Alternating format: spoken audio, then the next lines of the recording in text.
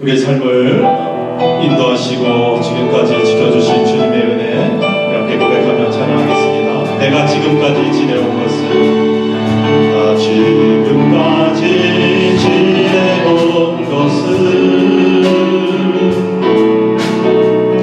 주의 은혜라 주의 은혜라 지금까지 지내온 것은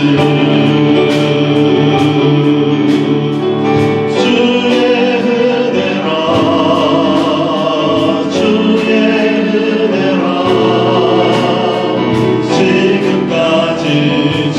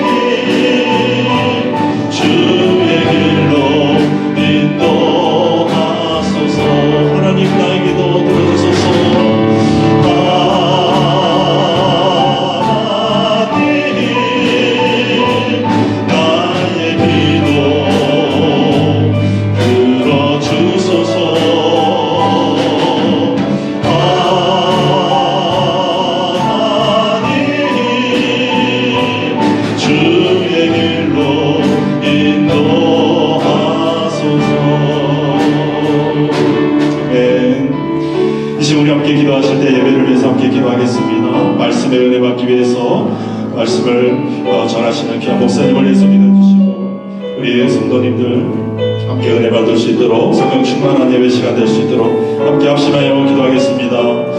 주신 하나님 은혜를 감사드립니다. 아버지여 기도를 들어가며 주시고 이 시간 신시한 아버지 신시한 예배 시간 되게 도와주시고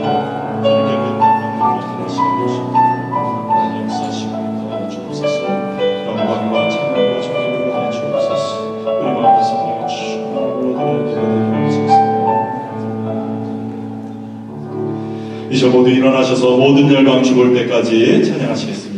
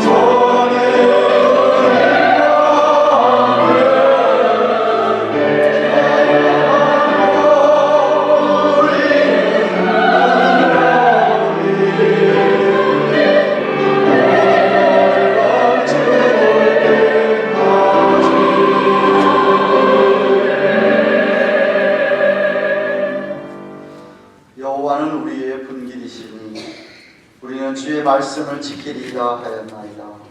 우리가 전심으로 주의 은혜를 구하였사오니 주의 말씀대로 우리를 긍휼히 여기소서. 우리가 우리 행위를 생각하고 주의 증거로 우리의 발을 돌이켰사오며 주의 계명을 지키기에 신속히 하고 지체치 아니하였나이다.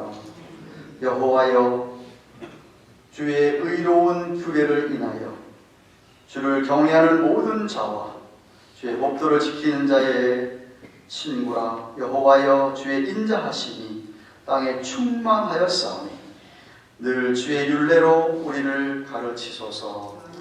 만군의 하나님 아버지, 귀한 성일 2부 예배로 살아계신 하나님께 경배와 찬양을 올려드립니다. 이 한 시간 우리 가운데 하나님 친히 자정하시며 이 자리에 선 주의 백성들의 심령 위에 주의 성령께서 역사하여 주셔서 이 한 시간만큼은 오로지 우리 하나님에게만 영광과 찬양을 온 마음과 뜻과 정성과 목숨 다하여 드리는 예배가 되게 하여 주옵소서. 신령과 진리 안의 예배함으로 살아계신 주님을 만나는, 주님의 은혜를 경험하는, 하나님의 영광을 보는 예배가 되게 하여 주옵소서. 오늘도 주의 몸된 교회 위에 온종일 성부 하나님, 성자 예수님, 성령 하나님, 삼일째 하나님께서 충만하게 역사해 주시옵기를 우리 구주 예수 그리스도의 이름으로 기원하옵나이다. 아멘.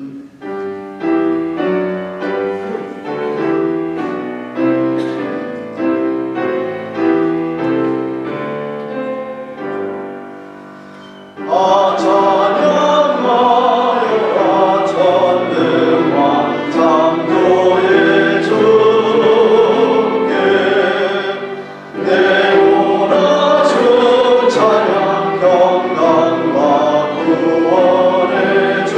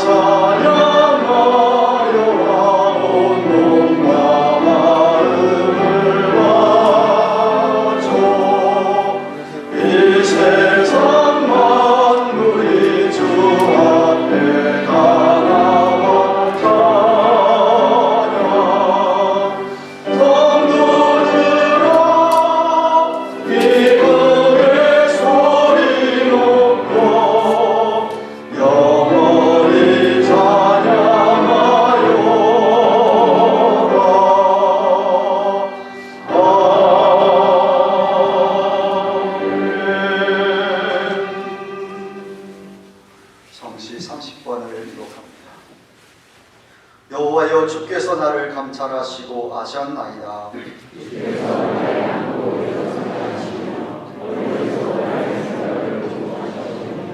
나의 길과 눕는 것을 감찰하시며 나의 모든 행위를 익히 아시오니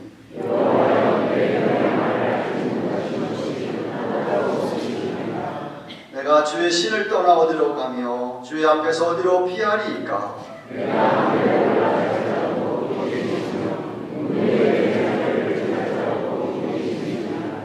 내가 새벽 날개를 치며 바다 끝에 가서 거할지라도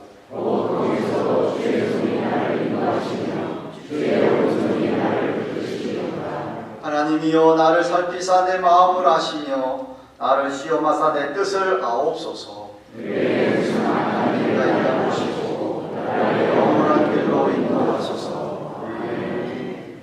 사도신경으로 신앙고백 드립니다. 오른손 들고 전능하사 천지를 만드신 하나님 아버지를 내가 믿사오며 그의 아들 우리 주 예수 그리스도를 믿사오니 이런 성령으로 잉태하사 동정녀 마리아에게 나시고 본디오 빌라도에게 고난을 받으사 십자가에 못 박혀 죽으시고 장사한 뒤 사흘 만에 죽은 자 가운데서 다시 살아나시며 하늘에 오르사 전능하신 하나님 우편에 앉아 계시다가 저리로서 산자와 죽은 자를 심판하려 오시리라.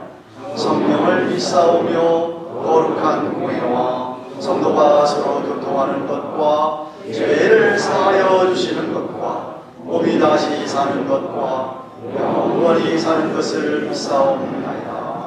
아멘. 같이 앉으시옵소서.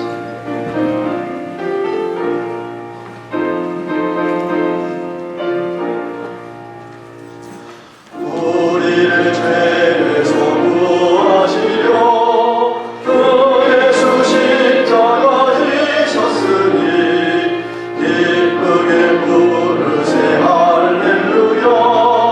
나 구원 얻었네. 찬송하세 찬송하세 주님 나를 구하셨네. 찬송하세 찬송하세 주가 구원하셨네. 우리를 주께서 구했으니 이전에 행하던 악한 일과 주하고 더러운 모든 죄를 온전히 버렸네. 찬송하세 찬송하세 주님 나를 구하셨네. 찬송하세 찬송하세 주가 구원하셨네. 나 지금 죄에서 사함받아 거룩한 백성이 되었으니 이 육신 장만을 벗을 때도 겁날 것 없겠네. 찬송하세 찬송하세 주님 나를 구하셨네. 찬송하세 찬송하세 주가 구원하셨네. 우리가 이 세상 떠날 때에 예수의 손목을 굳게 잡고 영원히 즐거운 천국에서 주와 함께 살겠네. 찬송하세 찬송하세 주님 나를 구하셨네. 찬송하세 찬송하세 주가 구원하셨네.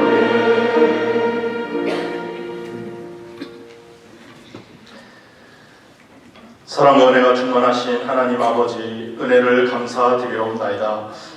죄악된 세상에서 저희들 구별하여 오늘 안식의 날 우리 성도님들의 몸과 마음을 쉬게 하시고 생명의 말씀으로 먹이시고 영혼의 양식을 주시려고 주의 전으로 인도하신 그 은혜를 감사드리옵나이다.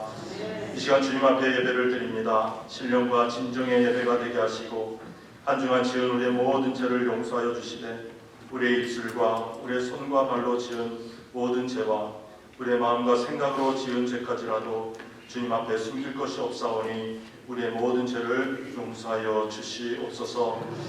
지난주일 저희 교회 각 지회 일꾼들을 뽑아주시니 감사를 드립니다. 믿음과 지혜와 성령으로 충만한 하나님의 일꾼들 되게 하시고 칭찬 듣는 성품과 인격의 소유자들이 되어서 하나님을 영화롭게 하는 일과 성도들을 섬기는 일에 앞장서서 행할 때 능력 있게 감당할 수 있도록 성령 충만 주옵소서. 저희들로 인해 교회가 부흥하게 하시고 성장하는 은혜를 허락하여 주시옵소서. 오늘도 말씀으로 씻어 교회를 정결케 하시려고 주님의 귀한 말씀을 준비해 주신 줄 믿습니다. 담임 목사님을 통해 우리에게 주시는 하나님의 말씀을 아멘으로 받게 하시고 하나님의 말씀이 우리 마음 심기에 잘 새겨져서 우리의 삶에 빛이 되며 등불이 되게 하여 주시고 그 빛 따라 살게 하여 주시옵소서. 영육간의 연약함으로 인하여 함께 예배드리지 못하는 우리 성도들을 기억하여 주시고 지금도 돌보시는 주님의 은혜의 손길을 느끼게 하시고 심령과 육체의 강건함을 더하여 주시며 우리 교회에 속한 모든 성도님들의 믿음을 붙잡아 주시고 오늘도 주의 전에서 드려지는 모든 예배와 모임을 축복하여 주옵소서. 특별히 우리 자녀들에게 복을 더하여 말씀으로 양육받고 성장하는 귀한 은혜 시간들 되게 하여 주옵소서. 이 시간 찬양으로 영광 돌리는 글로리아 찬양대의 찬양을 희망하여 주시옵고 함께 우리의 진실한 마음을 담아드리는 아름다운 향기가 되게 하여 주옵소서. 이 모든 말씀 우리의 구세주 예수 그리스도의 이름으로 간절히 기도드리옵나이다.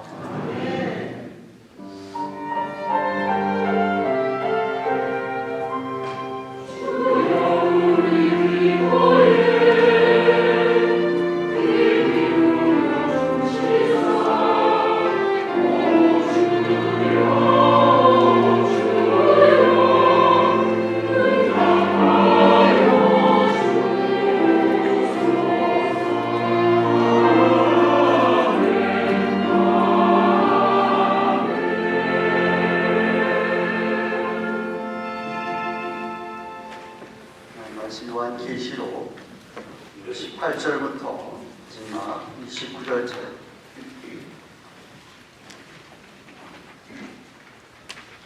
신약성경 맨 마지막 죄 요한계시록 2장 18절부터 마지막 29절까지 찾으셔서 반드시 교독하도록 하겠습니다.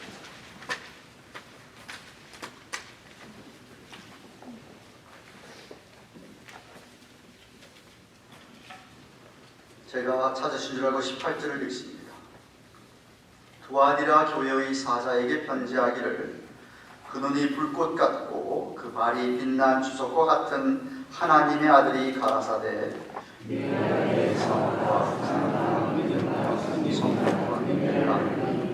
내 낮은 행위가 처음 것보다 많도다. 그러나 네게 책망할 일이 있노라. 자칭 선지자라 하는 여자 이세벨을 네가 용납함이니 그가 내 종들을 가르쳐 꿰어 행음하게 하고 우상의 제물을 먹게 하는도다. 또 내가 그에게 회개할 기회를 주었을 때 은행을 회개하고자 하는도다. 볼지어다 내가 그를 침상에 던질 터이요 또 그로 더불어 간음하는 자들도 만일 그의 행위를 회개치 아니하면 큰 환난 가운데 던지고 또 내가 사망으로 그의 자녀를 죽이리니 모든 교회가 나는 사람의 뜻과 마음을 살피는 자인 줄 알지라. 내가 각 사람의 행위대로 갚아주리라. 두아디라에 남아있어 이 교훈을 받지 아니하고 소위 사단의 깊은 것을 알지 못하는 너희에게 말하노니 다른 집으로 너희에게 치울 것이 없노라. 다만 너희에게 있는 것을 내올 때까지 굳게 잡아라. 이기는 자와 끝까지 내 일을 지키는 자 그에게 만국을 다스리는 권세를 주리니 그가 철장을 가지고 저희를 다스려 질그릇 깨뜨린 것 같지 아니라 나도 내 아버지께 받은 것이 그러하니라. 내가 또 그에게 새벽 별을 주리라. 믿는 자는 성령이 교회들에게 하시는 말씀을 들을지어다. 아멘.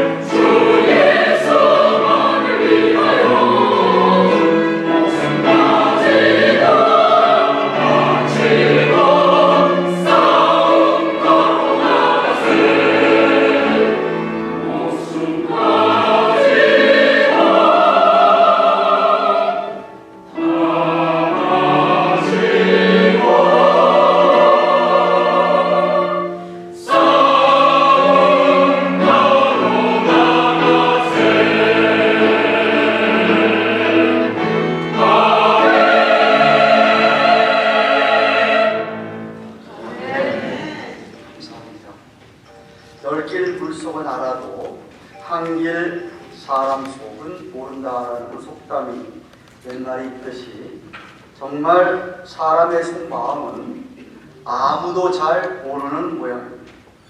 겉은 참으로 번듯해서 어느 누구나 그럴까 생각 못하기 때문에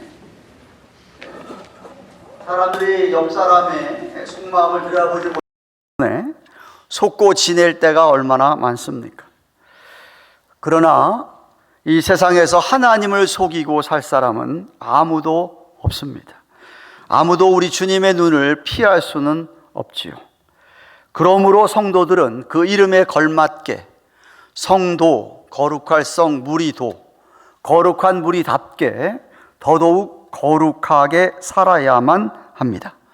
성경 단어에서 거룩이라는 말, 구약의 사드크, 신약의 하기오스라는 단어의 뜻은 다 같이 구별됐다라는 의미를 갖고 있습니다. 다시 말하면 예수를 믿게 된 성도들은 세상 사람들과는 구별된 그런 삶을 살아간다는 뜻입니다. 그들과 생각이 다르고 살아가는 사고 방식이 다르고 마음가짐이 다르고 그리고 또한 행동이 그들과는 다르다는 것을 뜻합니다. 왜? 가는 방향과 가는 궁극점, 독착지가 다르기 때문에 그렇습니다. 그렇기 때문에 우리 예수 그리스도를 믿는다고 하는 크리스찬, 그리스도인이라고 한다면 예수님의 발자취를 뒤따라 주님의 모습을 닮아서 거룩하고 의로운 삶을 살려고 최선을 다하고 몸부림을 치는 것입니다. 여러분들 그렇게 사는 줄로 믿습니다. 요한계시록에 나타난 7 교회를 지금 살펴보는 가운데 겉으로는 좋은 행실이 많이 드러나서 참 칭찬도 받지만 그러나 거룩하게 살지 못해서 책망을 받는 교회가 오늘 본문에 나오는 두아디라 교회입니다. 7 도시 가운데서 가장 작은 도시요 두아디라에 있던 교회에 주신 편지가 다른 7교회, 6교회에 비해서 가장 길게 쓰였다는 것을 유의하면서 오늘날 우리에게 이 두아디라 교회에게 주시는 편지 내용, 교훈을 살펴보기 원합니다. 지도를 살펴보면 두아디라는 지난번에 살펴본 버가모에서 지도 보시죠. 우리 에베소 교회 살펴보았습니다. 서머나 교회 살펴보았고 버가모 교회 지난주는 추수감사절이었고요. 두아디라 교회는 버가모 교회에서 남동쪽으로 약 40마일 떨어진 곳이고 그 바로 아래 4대 교회가 자리 잡고 있습니다. 버가모 교회와 4대 교회 사이에 자리를 잡고 있던 저 두아디라 교회가 있는 도시는 경공업이 아주 성행했던 곳이라고 합니다. 주석이 나는 곳이라서 주석 산업이 왕성했고 모직이나 견직 공장들이 있으며 염색 산업이 발달하여서 이런 교역이 왕성했던 도시였다고 합니다. 여러분이 잘 아는 사도행전 16장 14절에 나오는 루디아라는 여인, 이 여인, 성경에 하나님을 공경하는 여자라고 표현되어 있는 이 여인이 태어난 곳이 저 두아디라 도시성이었습니다. 그래서 거기서 태어났는데 염색업이 왕성했다 그랬잖아요. 그래서 그 사람이 그런 비즈니스를 하다가 빌립보로 이사해서 거기서 바울을 통해서 복음을 전하여서 예수를 믿게 됐고 변화받아 중생함을 받은 후에 바울과 함께 빌립보 교회를 개척했던 사람, 바로 그 리디아라는 여자가 탄생한 곳이 저 두아디라입니다. 아마도 성경학자들이 생각하기를 빌립보 교회를 개척한 이 루디아가 나중에 자기의 고향인 두아디라 교회를 개척하지 않았나, 설립하지 않았나라고들 생각하고 있습니다. 이 두아디라 시의 한 가지 또한 특징은 많은 교역 조합들이 성행했다고 하는데 이런 모임들이 모여서 성경적이지 않은 불신앙적인 규례를 정해서 공동으로 우상을 숭배하고 거기서 공동으로 식사를 하고 거기서 우상 신들에게 헌납을 하는 것을 강요하면서 많은 사람들이 생계를 유지하기 위하여 하나님의 말씀을 멀리하며 거기 조합에 속하기 위해서 그들과 어울리는 무리들이 많았었다라고 합니다. 또 우리가 살펴본 에베소나 서머나나 버가모와 달리 많은 우상신이 있지 않았는데 딱 하나 아폴로 신을 섬기는 아폴로 신전이 있었다라고 합니다. 이런 도시에 자리 잡고 있던 두아디라 교회에 주님께서 나타나셔서 말씀하십니다. 우선은 저들을 먼저 행한 일에 대해서 칭찬을 하십니다. 사랑과 믿음과 섬김의 인내를 안다라고 19절에 말합니다. 19절 말씀 보십시오. 내가 내 사업과 사랑과 믿음과 섬김의 인내를 아노니 내 나중 행위가 처음 것보다 많도다라고 합니다. 교회가 어떤 사업을 어떻게 많이 했는지 알 수 없지만 그들이 사업하는 것이 전부 다 오늘 여기에듯이 사랑과 믿음의 동기로 교회를 섬기며 인내했던 것이었습니다. 무엇인가 일을 열심히 하는 교회였고 그래서 처음보다 나중에 더 많은 일을 한 그러한 교회였다라고 성경이 이야기합니다. 이렇게 교회가 사랑과 믿음으로 무엇인가 열심히 하는 것이 나쁜 것만은 아닙니다. 좋은 것이죠. 그런데 문제가 있었습니다. 문제는 그들이 그렇게 겉으로는 일을 많이 벌리고 하더라도 교회 안에 죄가 자라고 있었습니다. 성적인 죄, 신앙 양심을 더럽히는 죄를 용납하며 이런 사람들과 함께 어울리면서 죄를 짓는 자들이 많아지고 죄를 지으면서 그런 악행을 일삼았던 것입니다. 구체적으로 20절에 설명하는 죄가 나옵니다. 음란의 죄와 신앙 양심을 더럽힌 우상 제물을 마음대로 먹게 하는 그런 죄였습니다. 20절에 그러나 내게 책망할 것이 있는데 자칭 선지자라는 여자 이세벨을 네가 용납함이니 그가 내 종들을 가르쳐 꾀어 행음하게 하고 우상의 제물을 먹게 하는도다라고 하였습니다. 이 편지를 받아 읽고 있는 두아디라 교회의 교인들은 지금 이세벨이라고 불리는 여자가 누구인지를 금방 그들은 알았을 것입니다. 주님께서 그것을 구체적으로 이렇게 지적하는 것을 보고 어쩌면 놀랐을 것입니다. 그런데 자칭 선지자라고 하는 이 여자를 용납하면서 그가 교회의 주님의 종들을 가르치게 했다라는 자체가 교회가 하나님의 말씀을, 성경 말씀을 따르지 않았다라는 겁니다. 잘 주의 깊게 들으세요. 성경은 교회에서 특별히 디모데전서 2장 12절이 이렇게 이야기합니다. 여자의 가르치는 것과 남자를 주관하는 것을 허락하지 아니하노니 오직 조용할지니라 라고 분명히 말씀했습니다. 그래서 저희 교단을 비롯한 우리 개혁주의 보수 장로 교회들은 여자 목사나 장로를 인정하지를 않습니다. 여자가 얼마든지 자녀를 가르칠 수 있기 때문에 주일학교 교사를 한다든지 중고등부를 가르칠 수는 있습니다. 그러나 어른들을 가르치거나 어른들을 주관할 수는 없습니다. 물론 선교지에서 성경을 가르치는 남자가 없어서 여자 선교사가 얼마든지 성경을 가르칠 수 있습니다. 예외입니다. 마치 드보라여 선지자가 당시에 남자들이 하도 부족해가지고 그렇게 이스라엘 민족을 말씀 가운데 인도할 수가 없어서 하나님이 드보라여 선지자를 들어서 사용했던 것처럼 예외적으로 여자가 가르칠 수도 있습니다. 하지만 말씀을 가르칠 수 있는 남자가 있는데 여자가 나서는 것은 성경에서 가르침과는 어긋납니다. 사실 여러분이 기독교 역사를 보면 5, 60년 전만 해도 기독교의 어느 교단에서든지 여자 목사나 장로는 없었습니다. 그런데 자유주의가 1930년대 시작을 해서 40년대, 50년대부터 극성을 부리더니 그 자유주의가 교회 안에 들어오게 되었고, 그리고 여성 해방 운동이라고 하는 페미니스트 무브먼트가 세상에서 시작되면서 그것이 교회 안에까지 들어와 그들 나름대로 성경을 자기들 취향에 맞게 성경을 해석하면서 생겨난 것이 여자 목사와 여자 장로였던 것이었습니다. 오해하지 마세요. 그전에도 여자, 똑똑한 여자들, 신실했던 여자들, 정말 믿음이 탁월했던 여자들이 없었던 것 아닙니다. 그런 사람들이 있었습니다만은 그저 하나님의 말씀을 따라서 교회 안에서 했던 것이에요. 성경은 여자는 남자의 돕는 배필로 지어진 창조의 질서를 따라서 교회 안에서도 행해져야 되기 때문에 그렇습니다. 하나님이 남자와 여자를 차별하는 분이 아닙니다. 오해하지 마세요.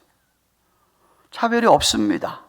다만 기능상 또 질서상 하나님이 세우신 질서가 그렇다는 말입니다. 여자분들 아멘 하십시오. 못하시네. 참.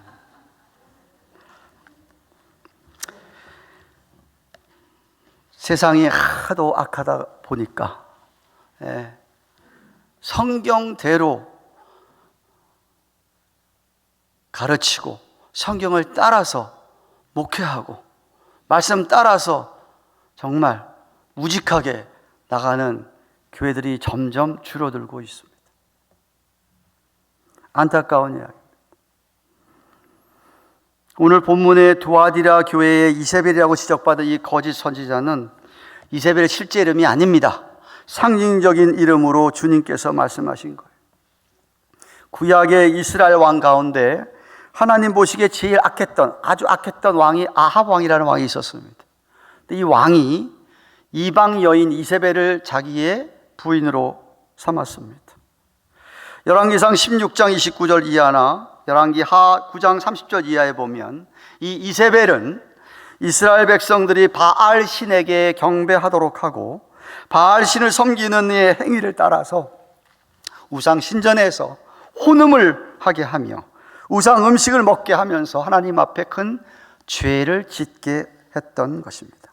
이처럼 두아디라 교회에 어떤 여인이 나타나서 자신 스스로 하나님한테 계시를 받았다라고 하면서 교인들에게 가르치는데 교인들에게 행음을 하게 하고 우상을 섬기게 하면서 우상 제물을 마음대로 먹게 하는 죄를 범했다는 것입니다. 저는 물론 이 여인이 그렇게 가르쳤다고 해서 거기에 넘어간 교인들이 더 큰 잘못이 있다고 생각을 합니다. 오늘날도 그렇지만 초대교회에도 사회가 아주 문란했습니다. 아주 음란했습니다. 그래서 로마서 1장 24절 27절에 보면 사도 바울이 이 사회의 성적인 타락의 죄를 지적을 했습니다. 많은 사람들이 정상적인 성생활이 아니라 정말로 부부관계의 성관계를 만족하지 못하고 동성애나 추하고 더러운 성생활을 즐기고 있었던 것입니다. 즉 두아디라 교회 교인들 가운데 예수 믿기 전에 그렇게 살던 그런 교인도 있었을 것이고 또 개인적으로 늘 그러한 유혹에 노출되어 있어서 정말 유혹이 조금만 오면 쉽게 넘어가지 않았나 생각이 됩니다. 문제는 교회 안에는 이런 음란한 생활이 있어서는 안 되는 것이었습니다. 교회는 이런 비정상적인 성관계나 무질서하고 무절제한 성관계를 죄로 규정하고 비록 믿기 전에 그렇게 살았다 하더라도 일단 예수를 믿고 난 후에는 더 이상 그런 생활을 하면은 안 된다라고 가르치고 만약 그런 자들이 있다고 한다면 회개하고 돌아서게 했어야 했습니다. 만약 회개 안 하는 성도가 있다고 한다면 그 사람은 권징을 7일을 받았어야 하고 교회 안에서 용납이 되어서는 안 됐던 것입니다. 생각해 보시오. 세상이 아무리 악하고 추해지고 더러워져서 성문화가 정말 이건 말도 안 되는 일들을 하고 살아가는 저 사람들과는 구별된 교회가 되어야 되지 않겠냐 이 말이죠. 말이 안 되지 않습니까? 그런 것들이 교회 안에 들어와서 그렇게 해도 괜찮다 이게 아니라는 것이죠. 그런데 두아디라 교회의 문제는 이 순결의 벽을 무너뜨려 버린 것이었어요. 그리고 무너뜨린 장본인이 바로 주님께서 이세벨이라고 지칭하는 거짓 여 선지자였습니다. 어쩌면 잘 모르지만 대단히 예쁘게 생겼고 매력적으로 말도 잘하는 여자였던 것 같습니다. 이렇게 쉽게 넘어갔겠지요. 예. 그런데 앞에 버가모 교회를 예수님이 책망하실 때, 발람의 교훈을 쫓아가는 사람들을 책망하실 때 그들을 행음하는 자를 물리치지 않으면 주님께서 스스로 잘라내 버리겠다라고 한 것을 보았는데, 이 발람 선지자하고 이 이세벨이라고 하는 선지자 자칭, 그 선지자의 차이가 뭔지 아십니까? 발람은 그냥 사람들 속이기만 했는데, 이 이세벨은 사람의 인격적으로 그 사람을 완전히 지배하는, 사람이 완전히 바뀌어지는, 홀리게 한다는 말이 있지 않습니까? 그래서 사람들이 이 여자의 품에서 벗어나지 못하게 한 것이었죠. 이스라엘 역사도 보면 발람의 영향은 짧았습니다만은 이세벨의 영향은 오래 지속돼 가지고 결국 나라가 북왕국 이스라엘이나 남왕국 유다나 망하게 됐던 것도 바알 우상신을 섬기면서 그런 못된 짓을 행하는 것을 우리 하나님이 참다 못해서 심판하신 것이었습니다. 다시 말하면 이 가칭 이세벨이라는 사람은 교회 한 가정과 교회뿐만 아니라 나라를 말아먹게 한 그런 장본인이었습니다. 우리 주위에도 여러분 들어보지 않습니까? 믿음이 있었던 주의 종들이 어떻게 그렇게 여자의 유혹에 넘어가서 신앙의 순결을 잃어버릴 뿐만 아니라 더럽고 추한 죄에 빠질 수 있었느냐, 한번 생각해 보셔야만 합니다. 즉 어느 누구도 안심할 수 없다는 것이죠. 우리가 성령을 받았어도 우리 안에 죄성이 있기 때문에, 정욕이 아직도 꿈틀거리기 때문에 유혹에 넘어갈 가능성이 있습니다. 한 목사도 그럴 가능성이 있습니다. 여러분도 예외 아니에요. 그런데 여러분, 다른 잘못보다도 성적인 범죄는 치명적입니다. 정말 모든 것이 끝장나 버리는 것이죠. 그렇기 때문에 보디발의 아내의 유혹을 피하여서 도망갔던 요셉을 본받아야 돼요. 그는 하나님이 두려웠습니다. 하나님이 보고 있는데 어떻게 내가 이 짓을 하느냐. 끝까지 유혹하는 그 자를 뿌리치고 옷까지 벗어 제끼면서 도망갔던 요셉이었습니다. 그것처럼 우리는 사단에게 기회를 주지 말아야 합니다. 피해야 합니다. 누구든지 유혹의 상황에 주어지면 넘어질 가능성이 많습니다. 그래서 평소에 경건 훈련을 하지 않고 깨어있지 않으면, 조심하지 않으면 넘어질 수 있다는 것을 깊이 깨달으시기를 바랍니다. 자신하지 마세요. 그런데 세 번째, 이런 치명적인 죄에 빠진 교인들의 더 큰 죄는 뭐냐 하면, 하나님께서 회개할 기회를 주셨는데도 불구하고 회개하지 않은 것입니다. 계속해서 죄 가운데 부도덕하게 살아간 것이죠. 돌이키질 않는 것이었습니다. 21절 말씀 보십시오. 또 내가 그에게 회개할 기회를 주었는데 그 음행을 회개하고자 아니하는도다 라고 하셨습니다. 이렇게 회개하자는 결과는요, 엄청납니다. 두아디라 교회에 나타나신 주님은 처음 18절부터 얘기할 때 심판의 주로 자신을 표현합니다. 18절 말씀 보십시오. 두아디라 교회의 사자에게 편지하기를, 그 눈이 불꽃 같고 그 발이 빛난 주석과 같은 하나님의 아들이 가라사대. 다시 말하면 예수님의 눈이 불꽃 같다. 사람의 중심을 다 꿰뚫어 보고 있다. 죄를 불태워 주겠다 하는 그런 불꽃 같고, 그 발이 빛난 주석 같다. 두아디라가 주석 산업이 활발했던 곳이라고 했지 않습니까? 청동, 그 발이 청동으로 무겁게 돼서 그 발을, 주님의 발이 발 밑에 밟히면 뼈가 다 가루채 으스러지는 그러한 심판을 상징적으로 표현하는 것이에요. 버가모 교회에서는 주님이 심판이 날선 곰을 가지고 그런 죄 짓는 사람들을 처단하고 남아있는 사람들을 지켜주시는 검으로 표현이 되었는데, 두아디라 교회에 나타난 우리 주님의 심판은 그것보다 훨씬 무섭습니다. 왜 무서운지 아세요? 첫째는 못 고칠 질병으로 인한 심한 고통의 심판을 주신다고 합니다. 22절에 회개하지 않는 그 사람에게 볼지어다 내가 그를 침상에 던질 터이요라고 했습니다. 우리말에 그냥 침상이로 침대에 던진다고 되어 있는데 정확한 번역은 그게 아니에요. 이게 병상이에요. 특별히 이 정확한 번역은 a bed of suffering. 죽을 병 같은 게 걸려가지고 병상에서 일어나지는 못하고 끙끙거리는 것을 가리는 거예요. 그런 침상에, 그런 병상에다 그를 던지겠다라고 예수님 말씀하십니다. 둘째는 큰 환난을 당하게 됩니다. 계속해서 22절 보시면 또 그로 더불어 간음하는 자들도 만일 그의 행위를 회개치 아니하면 큰 환난에 던지고 그랬습니다. 정확하게 어떤 큰 환난인지는 모르겠습니다. 어떤 학자 얘기하듯이 마지막 큰 7년대 환난일 수도 있고 그걸 가리키는 말 수도 있고 아니면은 이 세상에서 그가 당하는 심한 고난일 수도 있습니다. 하여튼 인간으로서는 감당하기 어려운 환난입니다. 셋째는 더 무서운 것, 그 자녀를 사망에 이르게 하겠다고 말씀하십니다. 23절 또 내가 사망으로 그의 자녀를 죽이겠다. 부모의 가장 고통스러운 건 제가 생각할 때 부모가 살아있을 때 자식이 먼저 죽는 거라고 생각합니다. 그런데 자식을 죽이겠다. 이세벨의 영향을 받은 부모의 밑에서 자란 자녀들이 어떻겠습니까? 생각해 보십시오. 어떻게 온전할 수 있겠습니까? 이렇게 거짓 선지자들에게 속아 넘어가고 사단 마귀에게 속아 넘어가던 그 모든 자들은 다 잃어버리고 마는 겁니다. 어떤 죄보다도 성적인 죄는 정말 아름다운 모든 것을 다 잃어버립니다.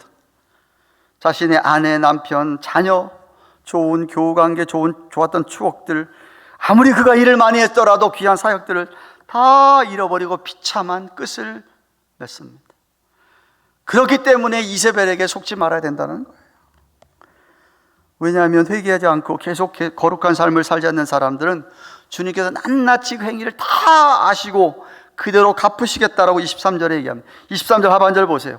내가 너희 각 사람의 행위한 대로 갚아주겠다. 심판을 얘기하는 거예요. 어떻게 살았는지 행위대로 갚아주겠다.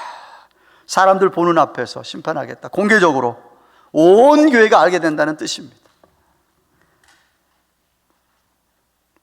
사랑하는 가든교회 교회 여러분, 아직도 죄 가운데 거하며 여러분 마음대로 사시는 것 있습니까? 회개하시기 바랍니다.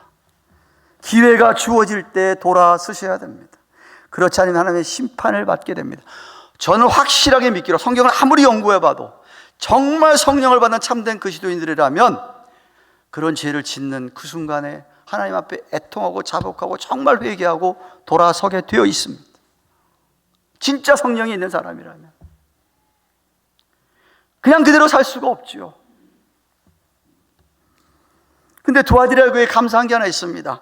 그런 사단의 유혹과 공격에도 패하지 않고 순결을 지킨, 정절을 지킨 이세벨의 깊은 교훈을 받지 않은 두아디라 교회에 몇몇 교인들이 있었습니다. 24절에 예수님께서 그들에게는 짐을 지우지 않겠다, 지금 말씀한 심판을 주지 않겠다라고 말씀하고 있는 거예요. 다만 25절 말씀 보십시오. 다만 너희에게 있는 것을 내가 올 때까지 굳게 잡으라 그랬습니다. 따라하십시다. 우리에게 있는 것을 굳게 잡으라. 내가 올 때까지는 주님 재림할 때까지라는 얘기입니다. 주님 재림하실 때까지라는 얘기입니다. 악한 영향을 받지 않고 있는 게 뭐냐? 우리에게 주어진 신구약 성경 66권의 말씀을 얘기하는 거예요. 말씀을 내가 가지고 이걸 굳게 붙잡고 더욱더 거룩한 삶을 살라라는 것이죠. 좀 부족하고 좀 연약해서 정말 어쩔 수 없어도 짓는 죄가 있지만 우리에게 있는 말씀을, 이것을 굳게 붙잡으면 그것으로 우리는 얼마든지 충분히 구별된 거룩한 삶을 살아갈 수가 있다라는 것이죠. 정말 옛적부터 내려오는 이 정통적인 신앙, 청교도의 신앙으로 말씀만 굳게 붙들고 지키며 살라라는 거예요. 아무리 주의가 변하고 어떤 교회들이 변한다 할지라도 적어도 우리 가든교회는 그러지 말자는 것이죠.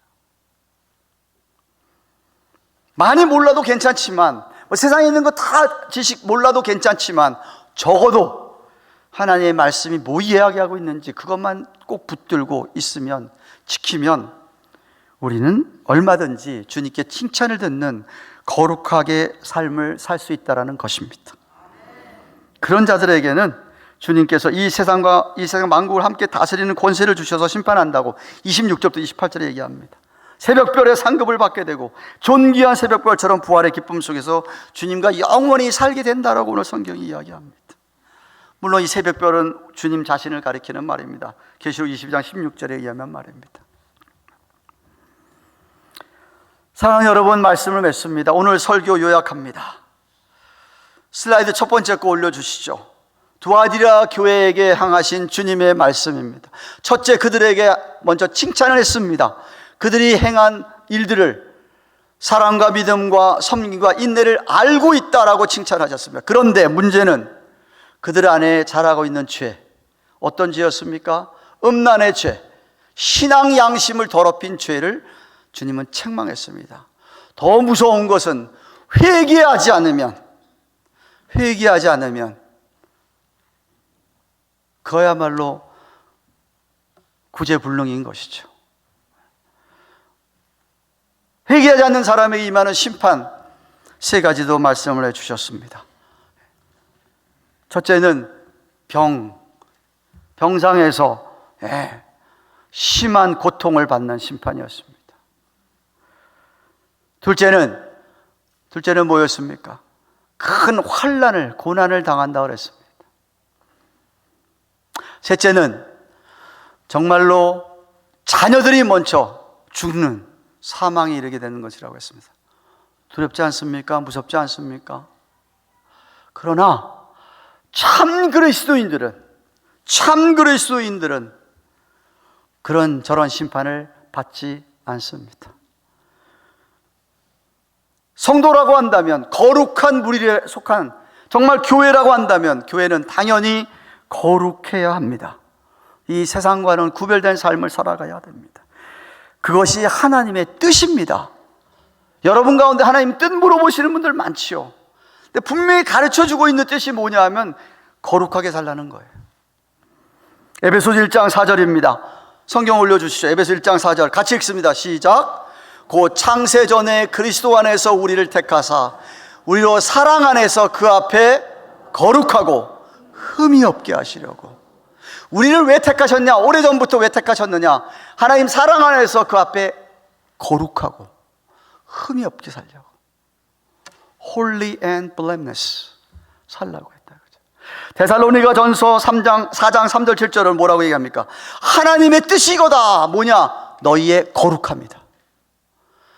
하나님 우리를 부르시면 부정케 하려 한 것이 아니라 거룩케 하시기 위해서 우리를 불렀다라고 얘기하십니다. 또한 베드로전서 1장 16절에 내가 거룩하니 너희도 거룩할지어다 하셨느니라. 사도 베드로가 레위기서 11장 44절 인용하면서 하나님이 거룩하니까 너희들도 거룩해야 된다. 하나님의 자녀 아니냐? 아버지를 닮아야 되지 않겠느냐? 제발 거룩해라 라고 말씀하십니다.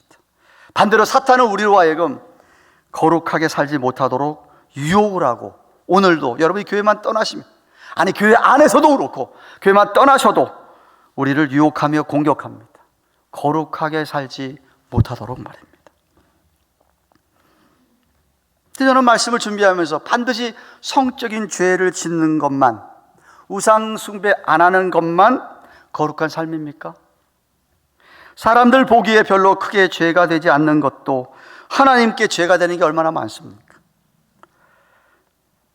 교만, 거짓, 시기 질투, 분쟁, 파당 만드는 것, 적당하게 위기만 넘어가려고 하는 처세조, 세상 사람들이 잘 사용하는 임기응변, 이런 기타 등등. 사람은 속일 수 있을지 몰라도 하나님은 못 속입니다. 그래서 우리는 늘 진리의 말씀을 붙들고 깨어 있어서 어떤 죄에도 넘어가지 않도록 우리는 힘써야 합니다.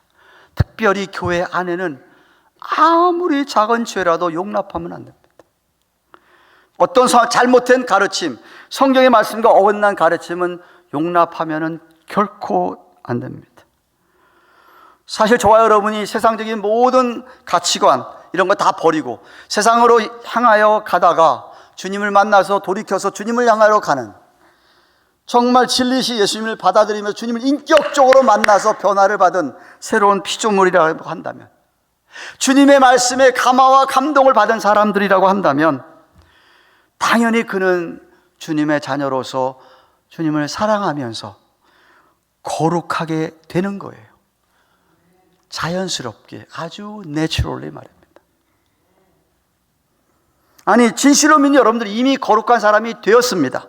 예수 그리스도의 보혈의 피로 말미암아 우리를 다 정하게 씻어 주셨기 때문에 우리는 이미 거룩한 사람이 되었어요.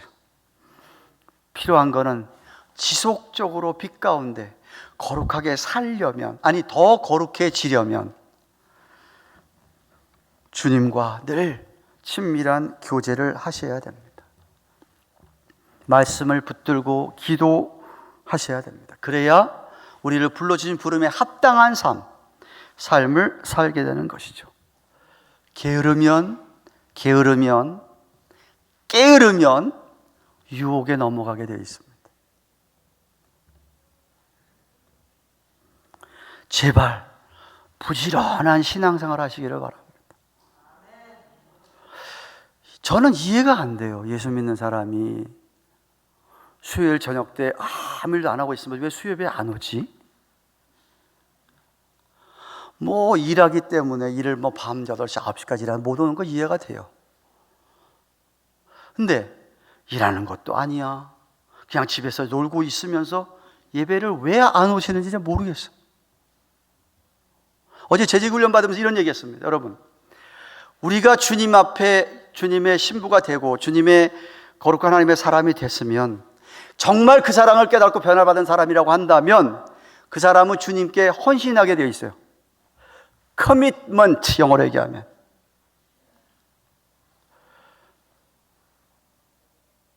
축구 감독이 선수를 내보내면서 선수가 경기장에서 축구하면서 야, 한 5, 60%만 뛰면 돼.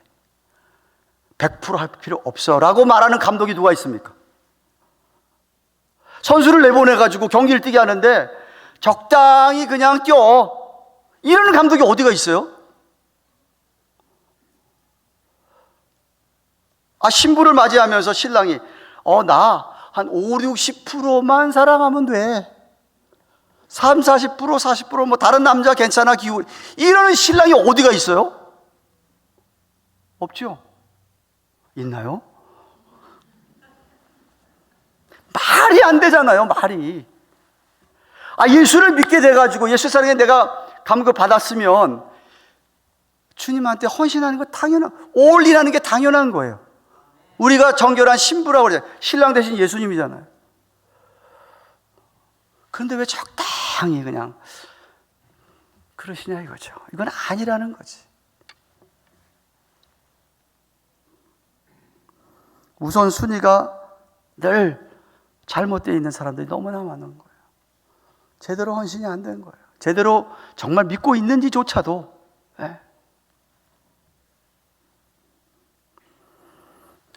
우리는 정말 주님의 신부로서 거룩애로에 헌신할 수 있기를 축원합니다.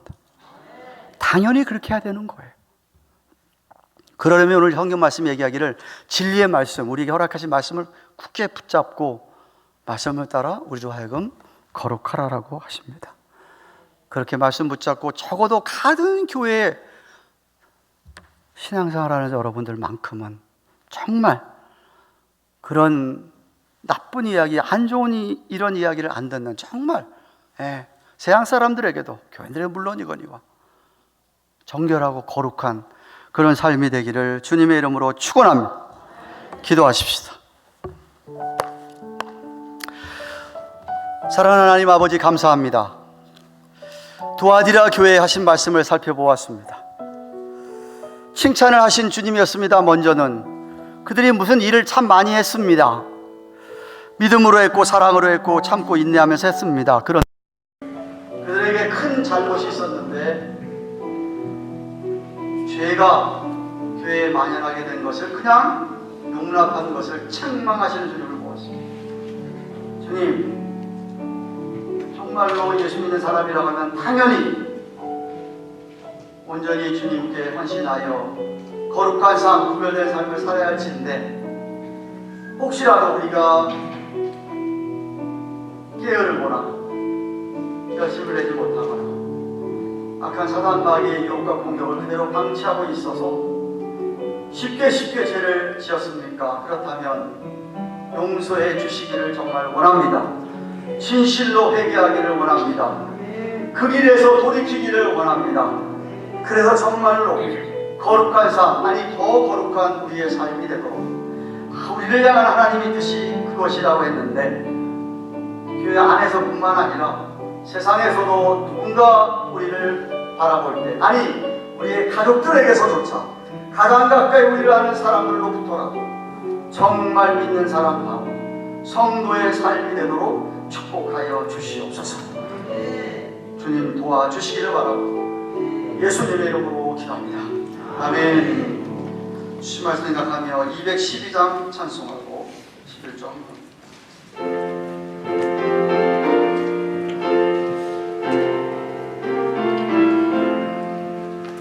너 성결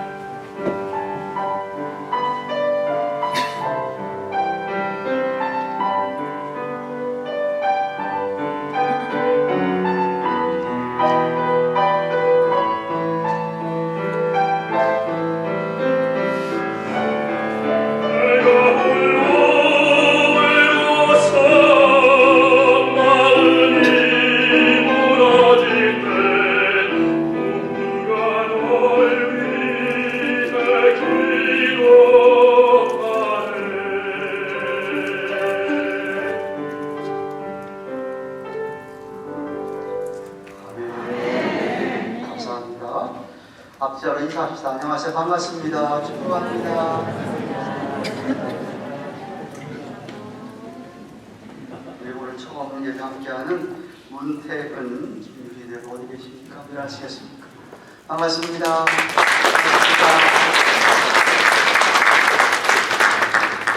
예배 후에 당회장실에 잠시 더 만나시고 가시기 바랍니다.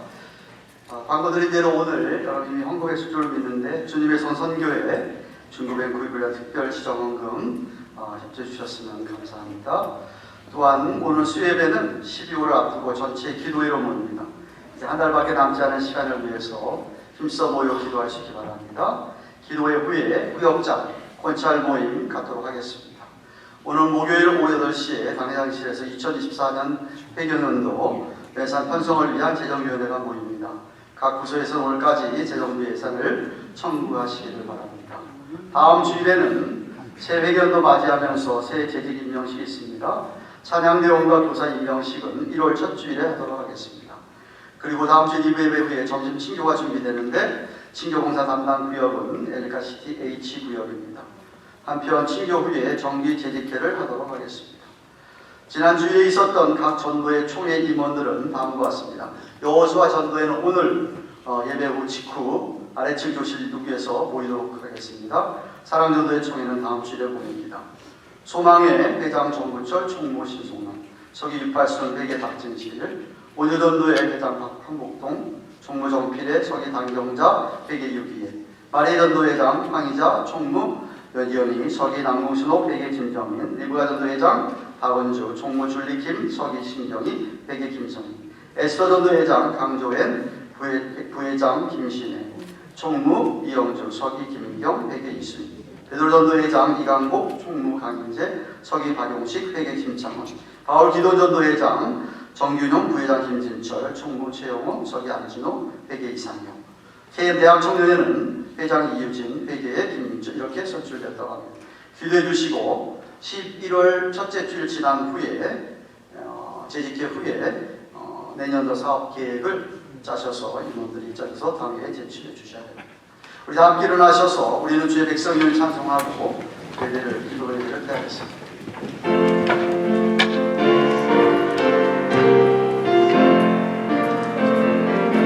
우리는 주의 백성이오니 주의 큰 이름 선포합니다. 이곳 어느 세상에 빛으로 부르셨네. 제 얼굴 구할 때 역사하소서.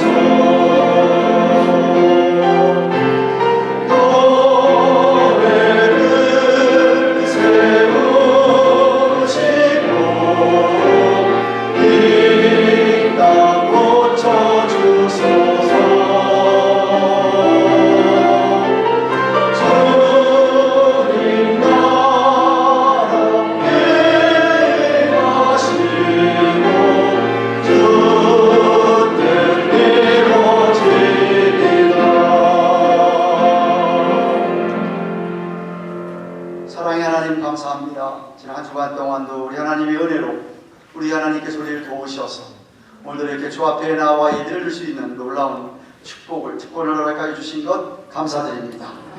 특별히 또 한 주간 동안도 허락하신 여러 가지 물질들을 인하여 필요를 채워주심을 감사하며 하나님의 것과 여러분의 예물 드렸습니다.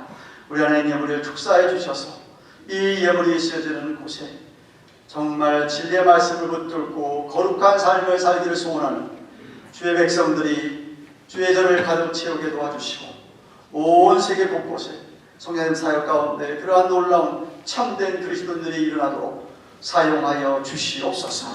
드린 예물들 마음들 헤아려 주시고 성경 말씀에서 약속한 대로 저들의 삶을 풍성히 허락하여 주시사 아버지 앞에 맡아 감당할 일을 잘 감당하는 주의 백성들 다 되도록 축복하여 주옵소서. 이제는 우리의 구주가 되시는 예수 그리스도의 그 크신 은혜와 하나님 아버지의 말로 닿을 수 없는 영원하고도 극진하신 사랑과 성령님의 감화감동하심 교통하심 함께하시며 위로하시는 은혜가 믿는 자로서 거룩한 삶을 살기를 소원하는, 진리의 말씀을 붙들고 죄와 싸워 이기기를 소원하는 주의 백성들의 머리 위에, 자녀들 위에 세워주신 주님의 교회 위에, 우리들이 하는 모든 일들 위에, 온 세계에 흩어져 수고하시는 성교사님들의 사역 위에 이제로부터 영원토록 함께 계시를 지어다. 아멘.